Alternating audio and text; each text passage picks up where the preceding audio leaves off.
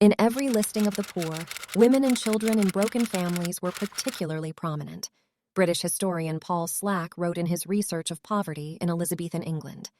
Yet, this trend of women experiencing poverty is not limited to the Elizabethan era, but is a persistent issue that transcends time and place.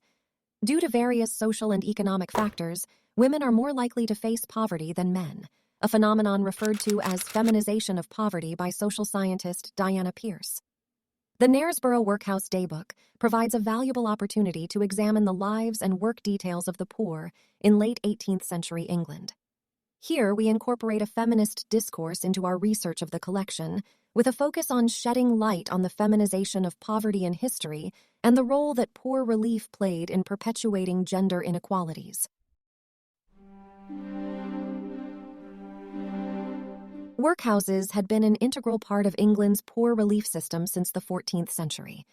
Under the old poor law system, a compulsory system of poor relief was administered and financed at the parish level.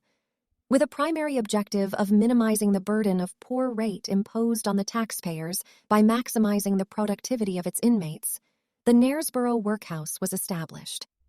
Life in the workhouse was never easy for the poor. The Knaresborough Workhouse in the 1790s had a strict power structure.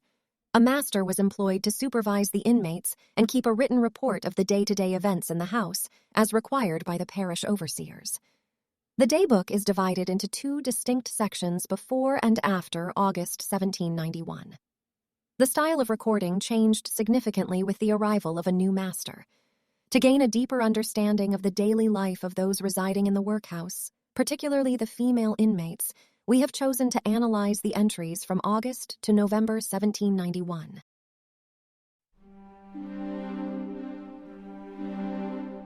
Though the master did not record the gender of the inmates, we can still infer this information from their names, since names were more strongly associated with binary genders in the 18th century.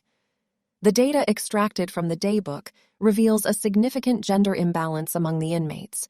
Out of the 40 individuals recorded, 29 were females and 11 were males, resulting in a sex ratio of approximately 0.38 males to females.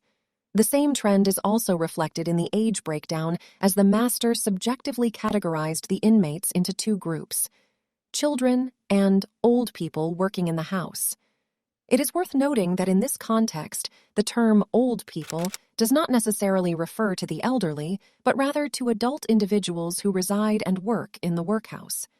The reasons behind the imbalanced gender ratio among the adult group in the workhouse may be attributed to the experiences of the poor women prior to their admission, which were not explicitly recorded, however, can still be inferred from implicit traces found in the entries of the daybook.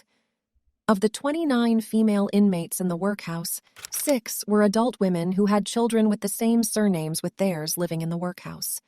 Since poor relief to couple-headed families overburdened with children were far more sporadic and limited at that time, it is likely that these women were sole mothers.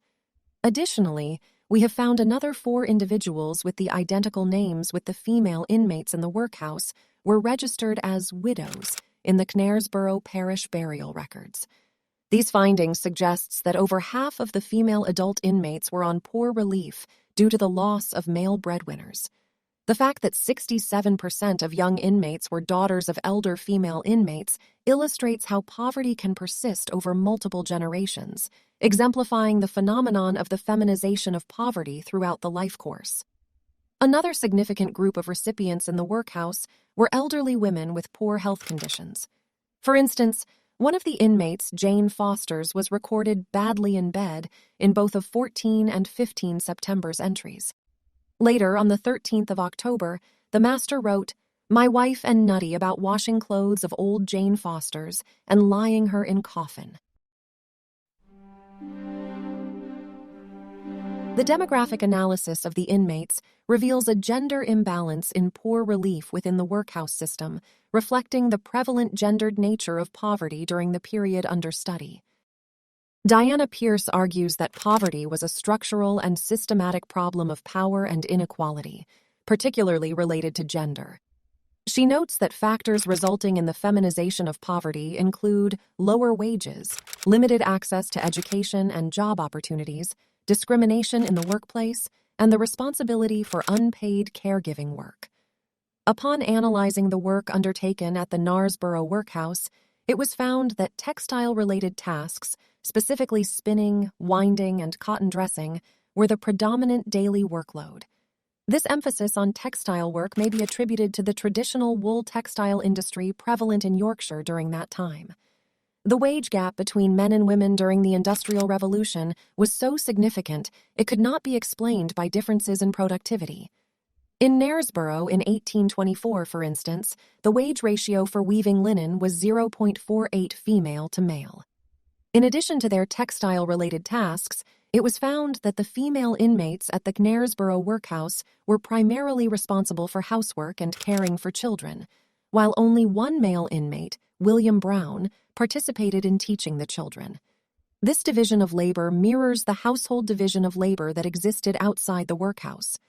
The workhouse system was not a sanctuary for women in poverty, but instead reinforced gender inequalities and patriarchal power dynamics. It failed to address the structural injustice faced by women and functioned as a tool of biopower, control, and regulation over vulnerable and marginalized populations, particularly women. Today, gender inequality remains the most pervasive form of inequality worldwide and a significant barrier to ending extreme poverty. According to UN Women, an estimated 388 million women were living in extreme poverty in 2022.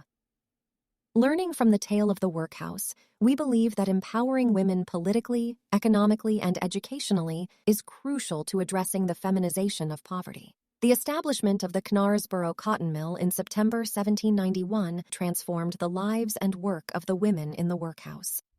A growing number of female inmates started working at the cotton mill, and by January 1792, it became the most lucrative employment option for those residing in the workhouse. In future research, we aim to study the relations between the workhouse apprenticeship system and the economic empowerment of women during Industrial Revolution.